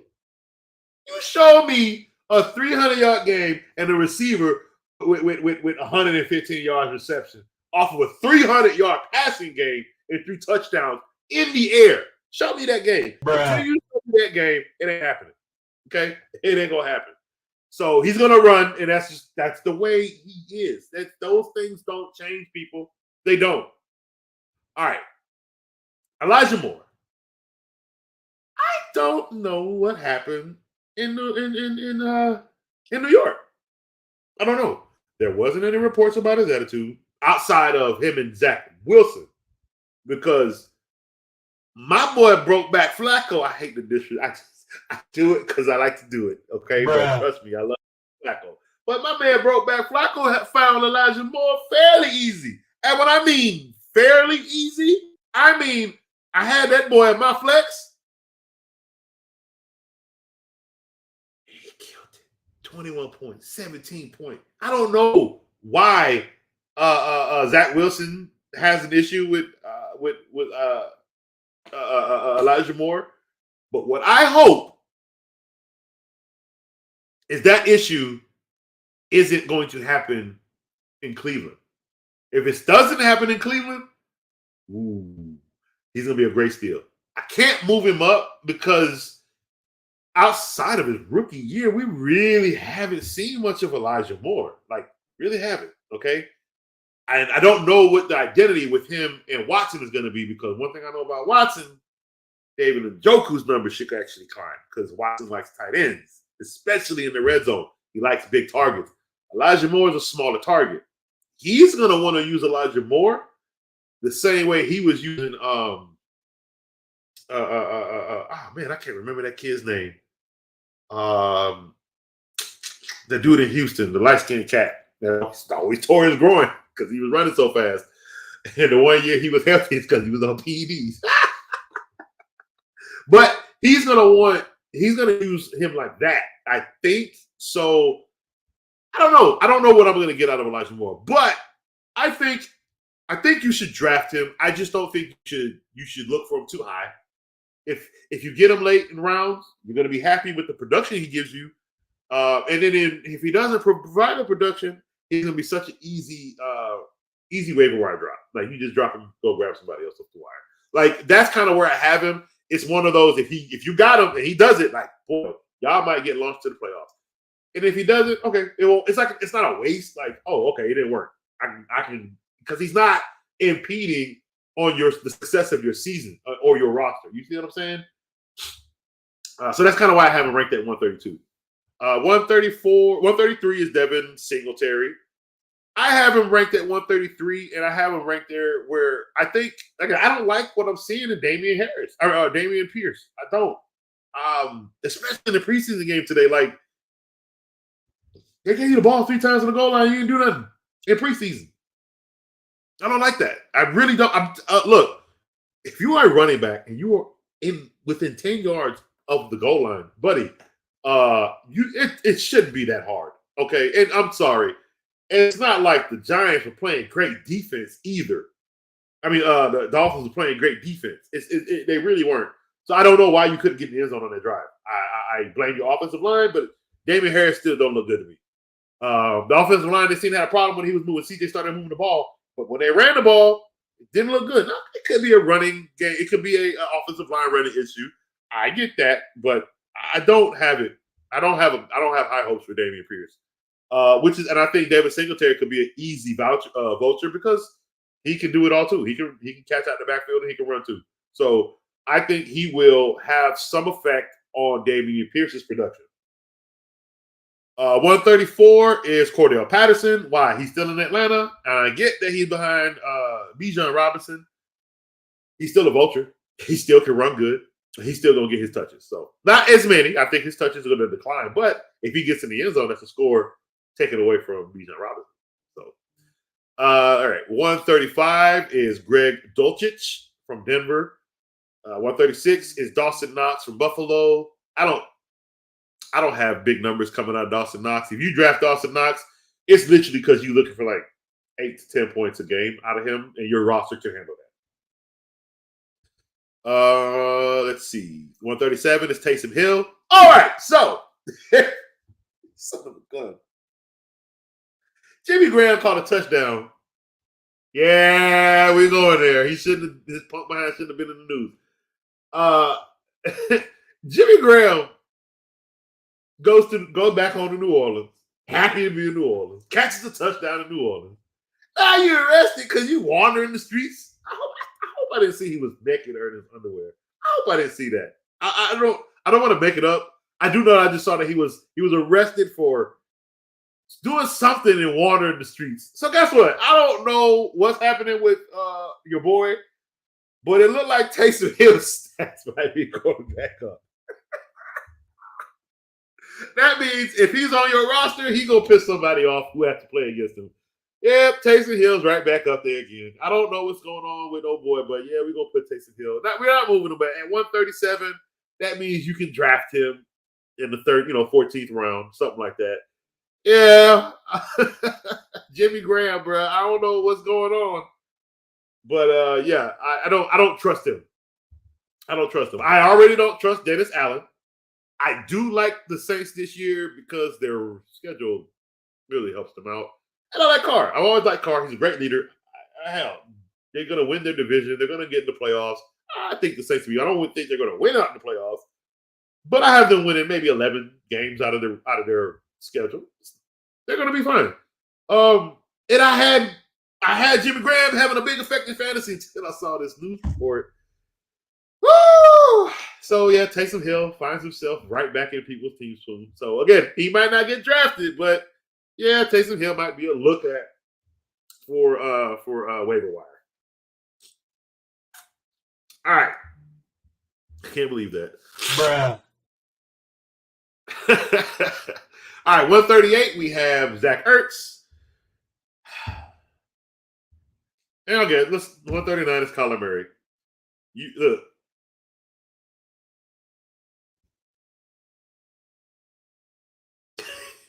Where do you want me to go with this? I was going to ask sooner or later, right? Sooner or later. But where do you want me to go with this, right? He runs around in circles and then he throws the ball. What do you want me to call that? He gives you a good 8 weeks, and then you're really wondering where the hell Kyler Murray is. And it's so funny because those first 8 weeks come it's safer for Call of Duty. Hey, let me tell you something. That's why I keep telling y'all, don't listen to these stupid people, these analysts on ESPN who get paid to lie to you. I don't get paid. I do this for free. You understand what I'm telling you? Yes, those fantasy analysts on Channel 87 or Sirius XM Radio, yes, they get paid because they are giving fantasy advice, guidelines, okay?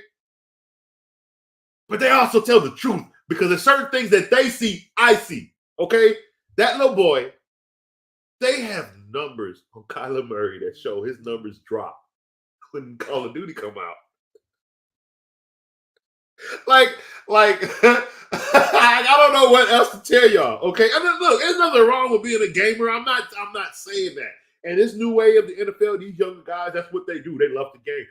Hey, if that's how you kill your time, that's how you kill your time. What they're saying is that boy don't be in the playbook. That is what they were saying. He don't stay in the playbook enough. Yes, they put their clause.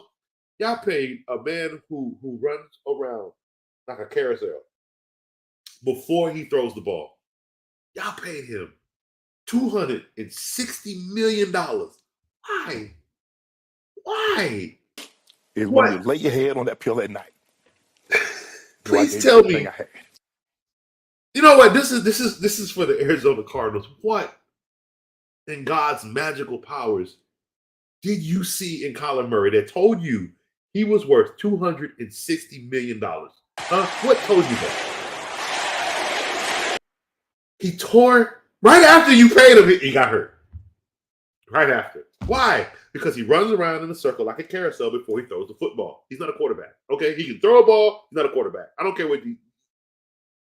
That was the worst contract I have ever seen. And y'all don't want to pay Jonathan Taylor, but you will pay Kyler Murray.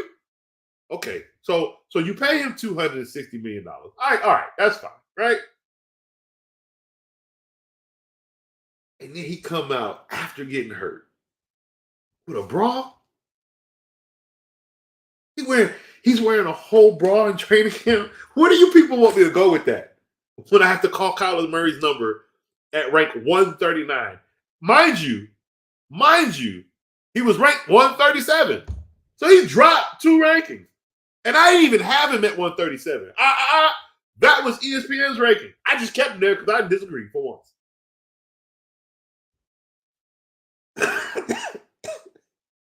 Kyler Murray, hey, look, I'm dead serious.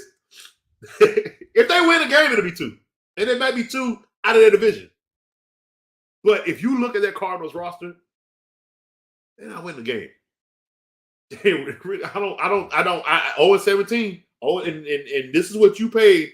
They don't have a hit. They don't have a what coach? They don't even talk about the head coach they brought in. The other one ran away to Thailand for the 2020 gimme, and then came back.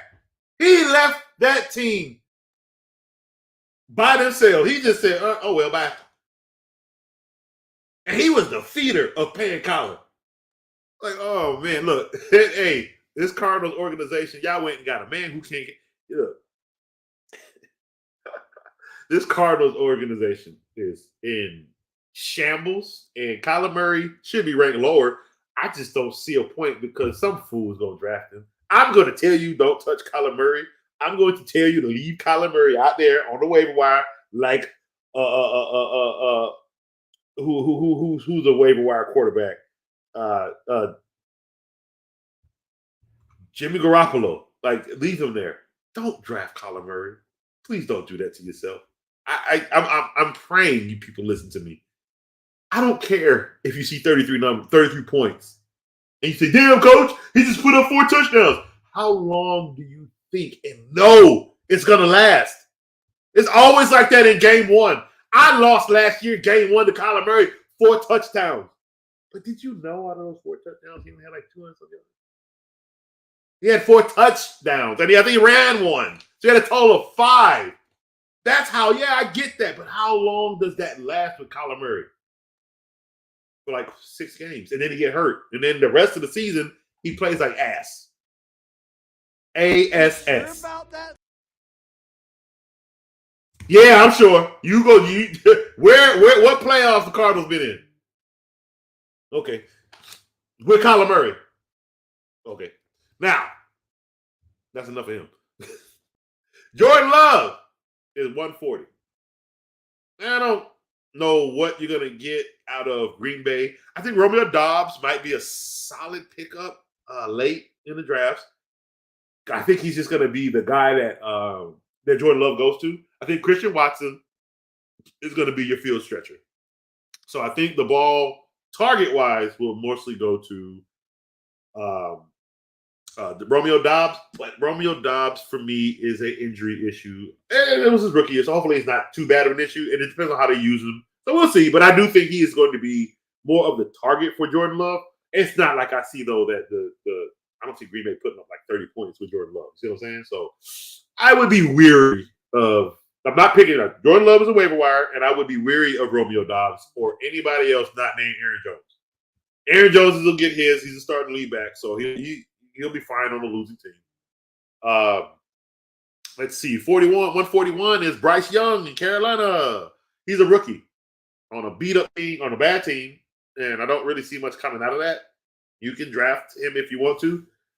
I'll probably laugh at you, but that's where I have him ranked as basically one of your last picks if you were looking for a quarterback, and you might have to be Bryce Young.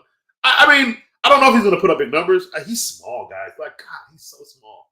I know we shouldn't be hating on a guy because he's small, because he can read the defense, because he can do this, he can do that. And yeah, but you have a lot of players who eat in college like that and come in the NFL and realize, oh, shit, they move just like me and they bigger. Yeah, it happens. Sorry. They're bigger and they're faster than me. Yeah, and that happens. And I don't know, man. That dude, look, there's small and then there's little. This dude's little, man. Like I'm afraid if he gets hit, y'all can say he moves around. Okay, but if he gets hit, I don't know. It's not gonna feel right. Like he looks so scrawny, man. The pads ain't making him look bigger. He looks scrawny in pads. Like, I don't know. We'll see what happens, but I don't have him very high. Of course, I have him as one of your last picks of the draft, basically. Raheem Mostert at 142. I like what I see in training camp. I mean, at preseason game today. But he is Raheem Mostert, and he will dash one for 65 and a touchdown, and you won't see him for 4 weeks because of injury. So do not draft him high. Leave him in the one of those lower picks, 14th round, 15th round, or a waiver wire pickup. Sorry, I'm dealing with a little congestion. Let's see. Kenneth Gainwell, I have him ranked at 143. 144 is Jerick McKinnon. 145 is Brandon Cooks. I have him ranked at 145. I don't want to rank him higher, but Brandon Cooks is the number 2 in Dallas. And so far from what I'm hearing, him and Dak have a really good connection. So if you're looking for a late wide receiver that could go in your flex or, sit on your bench and soak up some good sun until you're ready to put him in waiver wire or bye week situations, Brandon Cooks will be a great late steal. I think he still has a lot of good gas in his tank. And I think the routes he's going to run for Dak he'll be fine. He won't. I don't even think we're going to deal with Brandon Cook injuries, to be honest with you. Brandon Cooks might actually just play really great football for the Dallas Cowboys. All right, 146 is Michael Thomas. I mean, he should be lower, but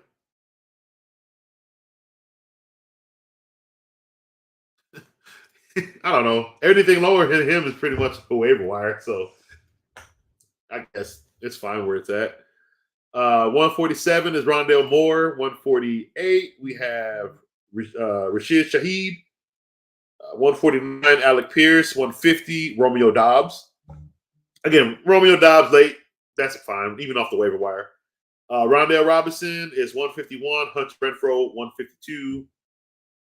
Ranked, let's see, Trey McBride is ranked 153. Noah Fant, 154. He's not really going to get much attention.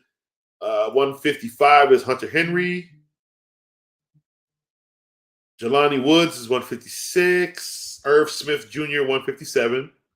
158 is Hayden Hurst. 159, Isaiah Likely. Again, 159, Isaiah Likely. He's going to stay ranked that low because he does not touch the field unless Andrews is out. Now, that is why you just keep him close. If you have that extra place to stash him, you can. If not, don't worry about it. Just keep that eye on that waiver wire when the time comes when Andrews go out. Be the first. I'm telling you, he will not let you down.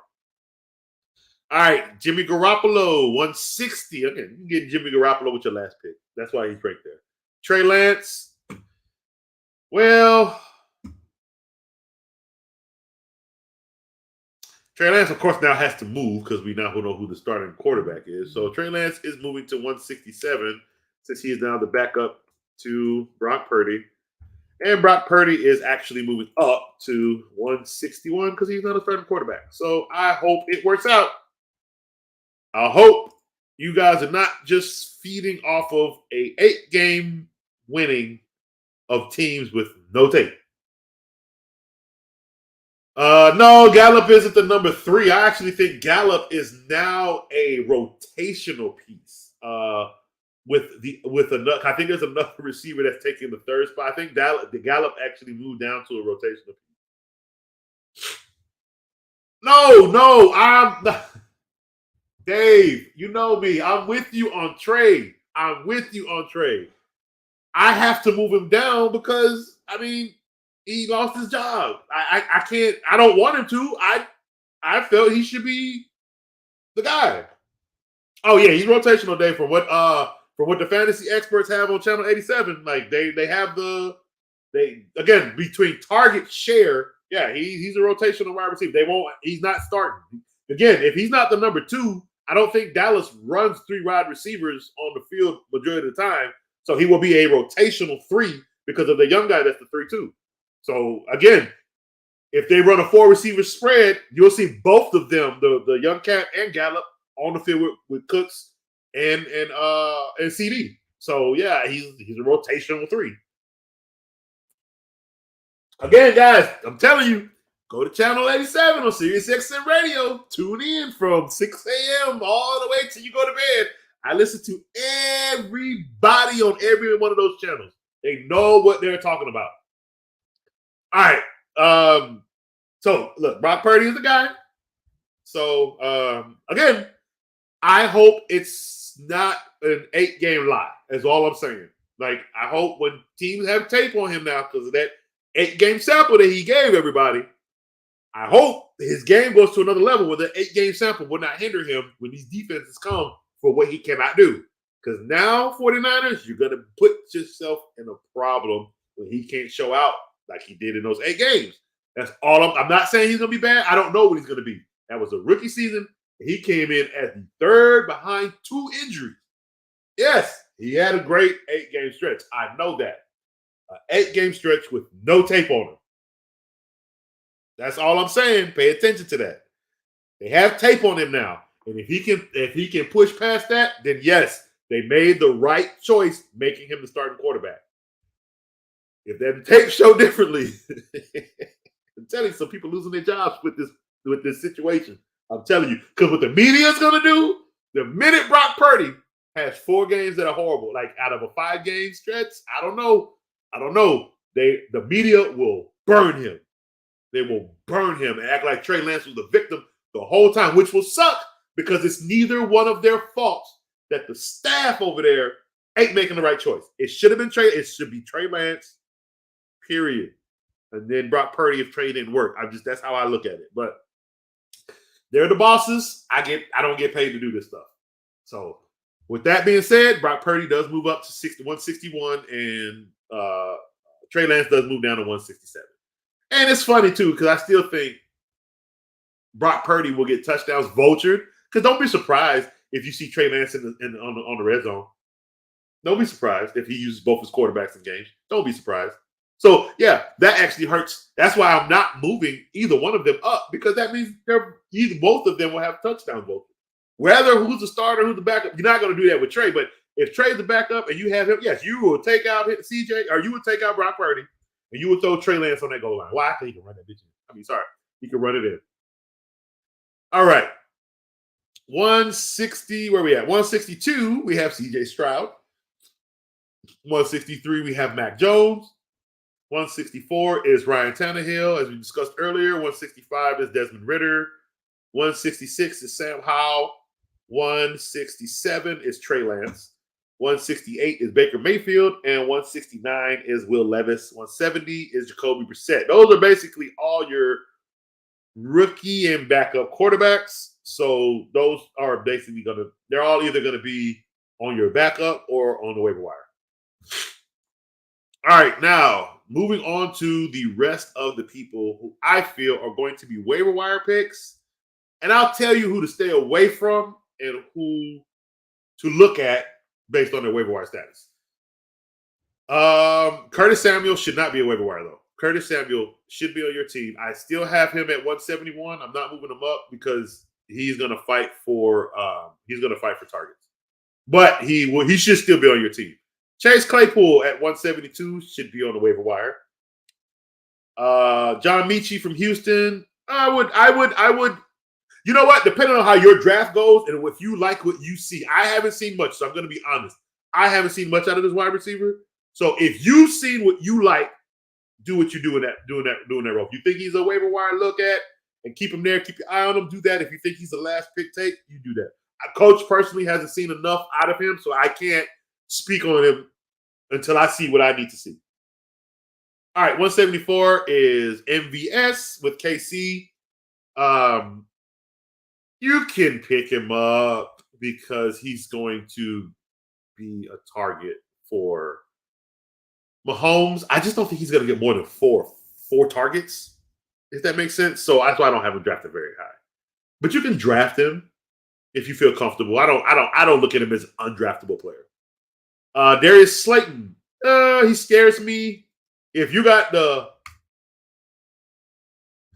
fortitude to draft him, go do it. I wouldn't personally. I stay away from him. But if you want to, you go right ahead. Josh Palmer, that's a waiver wire. Don't draft him. They got a rookie who's going to come in and take his spot. And with the Chargers, Mecole Hardman is with the Jets. Okay, see, look, I'm not sold on Mecole Hardman. And in fairness, in training camp, they don't even show him. I think he's going to be a special teams guy. Don't worry about Mecole Hardman. Allen Robinson second. All right, look here. I did not move Allen Robinson up. I will. That's the third guy. That I knew there was a third guy, and I knew it was a third guy. It is Allen Robinson. However, I'm not moving him up in the ranks. I'm going to leave him right there right now because I haven't seen anything showcasingly to move him up, meaning he will be the number 3, which just means he will average you 3 to 5 catches a game. He may get in the end zone if he breaks one, but he'll be good for about 40 yards, 40, 50 yards a game. So that's a good almost 10 points. And I think he's a good bench player and a good player to put on if you have a bye week for other players. So yeah, Allen Robinson II is a great pick. He moved up from 182nd to 178. So he's a good pick, especially if you get him late in rounds. Beautiful value in the late rounds. Jalen Hyatt he's another one I don't know much about, so I'm not going to make my comments on him. Isaiah Hodgins is another one. So I haven't seen much of the Giants receivers outside of Shepard and Slayton. So it's what you guys deem necessary. I would put them on. If I don't know much about them, if I haven't done my research, I'm not losing any sleep if they're ranked at the bottom of the. Again, they're not even ranked in rounds. They're literally ranked as waiver wire picks. Russell Gage, I would keep on the waiver wire. Tim Patrick, waiver wire, he's hurt. Corey Davis, waiver wire, and he's ranked. Oh, where are we at?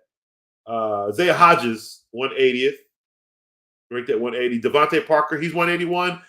He is going to be a good waiver wire, or if you want to grab him late in rounds, that's fine. Tyquan Thornton, waiver wire. Van Jefferson, waiver wire. Corey Davis ranked at 184, waiver wire. Tim Patrick, 185, waiver wire. Russell Gage, 186, waiver wire. Paris Campbell, 187, waiver wire. John Dons, 188, waiver wire. Robert Woods, 189, waiver wire. Terrace Marshall, waiver wire. Sterling Shepard, waiver wire, ranked at 191. Isaiah McKenzie, I like him, but they moved him, and I don't know. He didn't do it for me, so yeah, waiver wire, one ranked at 192. 193 ranked is Josh Reynolds, very disappointing wide receiver. He's not going to do anything in Detroit. He's just going to be there. He's going to vulture. He might vulture a touchdown, but if you have golf, I guess that wouldn't matter because that's who's going to throw it to him. And last but not least, ranked at 194 is Kendrick Bourne, and I would leave him as a waiver wire pick. So there we have it, ladies and gentlemen. We have 4 episodes, and we have gone through rankings 1 through 194. Jettas is your number 1. Jettas is your number 1. Christian McCaffrey, that's your solid number 2 pick. If you got the number 2 pick in the draft, Christian McCaffrey is your guy. Number 3, Jamar Chase. Number 4, Patrick Mahomes. Yes, I think Patrick Mahomes is a top 5 fantasy pick. Number 5, Nick Chubb. Number 6, Derrick Henry. Number 7, Saquon Barkley. Number 8, Cooper Kupp. Number 9, Tyreek Hill. And number 10 is Austin Eckler. Those are your top 10. I just wanted to give you my top 10 fantasy picks for the 2023 season. And we have gone through 194 total picks and rankings. 94 total picks and rankings. I am not going over defenses and kickers. We all know how I feel.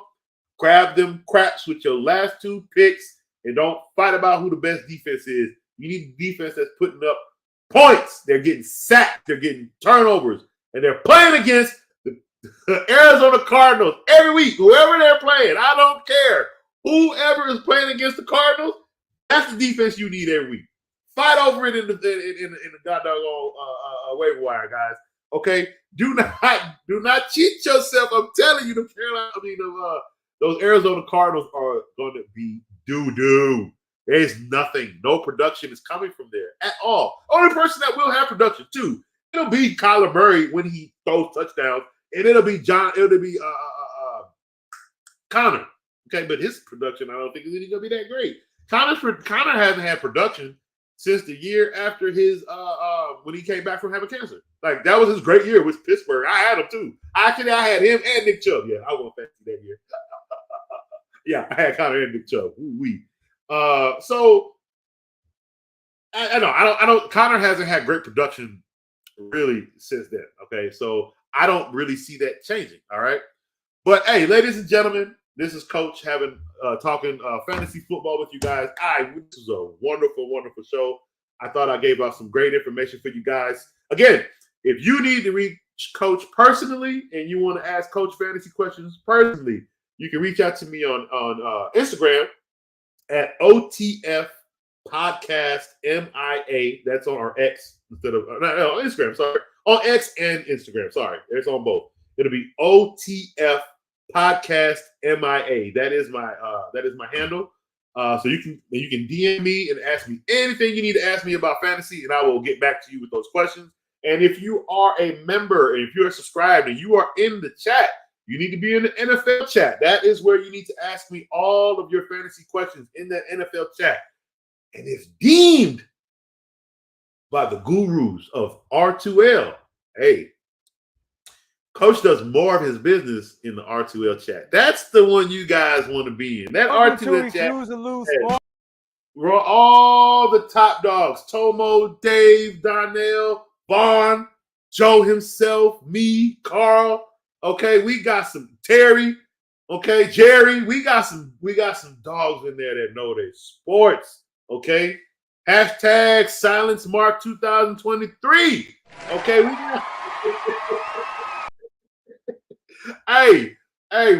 come for each other. Love. It's all love. Okay. If you want to hear more about AJ Brown being a tight end, you need to be in that Refuse to Lose chat. If you want to know more truth about AJ Brown being the number 2, not the number 1, you need to be in that R2L chat group. Okay. If you want to hear Davion Clowney get dogged, you need to be in that R2L chat group. Okay. If you want to hear the praises of Justin Herbert, you need to come on to that R2L chat group. You understand what I'm trying to tell you? Hey, look, It is amazing. If you want to hear Eagles talk, Cowboy will handle that and take care of that for you. I ain't seen an Eagles fan more than that man right there. Cowboys chat, it's ugly, but it's in there. It's in there. We talk about that. We talk about that. But look, that R2L chat group is the one you want to be in. But we also have, again, we have the NFL chat. We have the basketball chat, NBA chat group. We have boxing chat. We have baseball with Teddy. That's the channel that you need to tune into every week because that is our baseball guru. We have Carl talking college. He is the college guy. Look here. Look here. Let me tell you how I know Carl is the guy. I know football. You understand what I'm telling you? And I go to him when I need some answers. Coach, everybody need help sometimes, okay? But when I have questions about college, if I have questions about a player I see in the NFL and Carl has to stop me because of something he did in college, it makes me stop. It makes me go back and look. It makes me go back and do research. And I will come back and either redefend myself because I didn't like what I saw, or no, Carl, you got it. You got it. I see exactly what you're talking about. Look, that guy knows these players in college. He knows them by name as if these dudes was roommates, okay? And I mean every conference. That's Carl. That's what you need to be tuning into every week. As a matter of fact, it's Carl talking college the minute FFC goes off the air, okay? We got a loaded show today, people. We got a loaded broadcast for you today. So look, I am glad you guys tuned in today with Coach. Tune in next week where I will have look, we're done with our rankings. We're done with rankings. So the next episode, we are basically talking fantasy lineups. We are talking who should be on your team, who you should be targeting. We're talking more value. We're going to really now get into the needy and greedy of fantasy football. Training camp here is almost over. We only got one more week after this for training camps or for preseason games. And guess what? I mean, I think next Saturday I would love to have a lot of the R2L guys come on right before the draft because I want to talk to them about their value, guys. They're looking to see. I want to get their brand. I want to talk. Coach want to see what they looking to do. You know, I don't want too much of their strategy. I don't want them talking too much. I don't even want to know who they're targeting. I just want to hear what their thoughts are on some of these valuable players that we have coming out. And I do want to say one thing: at a very low scoring in fantasy all around across the board. And that is big ups to defense last year in the NFL. The investment is too high. Oh, we're going to get some touchdowns this year, ladies and gentlemen. Fantasy football is going to be back like we never saw it again, like never saw it before. It's going to be exciting to watch this year. Get your lineups ready. Get your teams ready. If you do mock drafts, I get it. It's fine. I'm not a big mock draft person. But, hey, if you got to get your reps in, because this fantasy season is almost here. It is almost here, guys, and it's going to be so fun.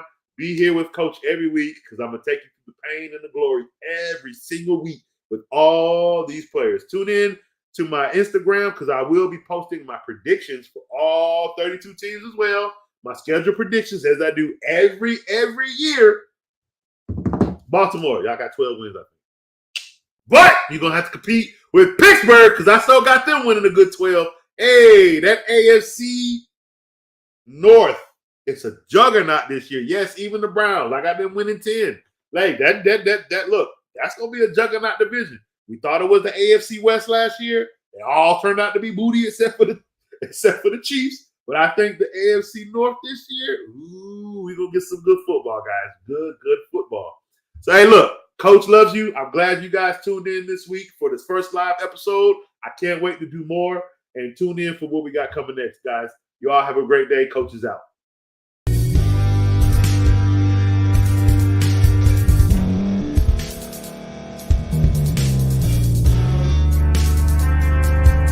Thank you for staying to the end. If you're watching this on YouTube, please like this video, subscribe, and also hit that notification button so you can be notified next time we put out a video.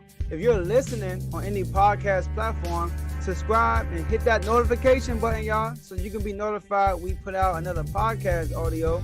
And last but not least, hit that share button. No matter what you're listening to or watching it, hit that share button and send it to somebody that you know that would love to watch this episode you just listened to. So once again, thank you for staying to the end, and we'll see y'all at the next episode. feel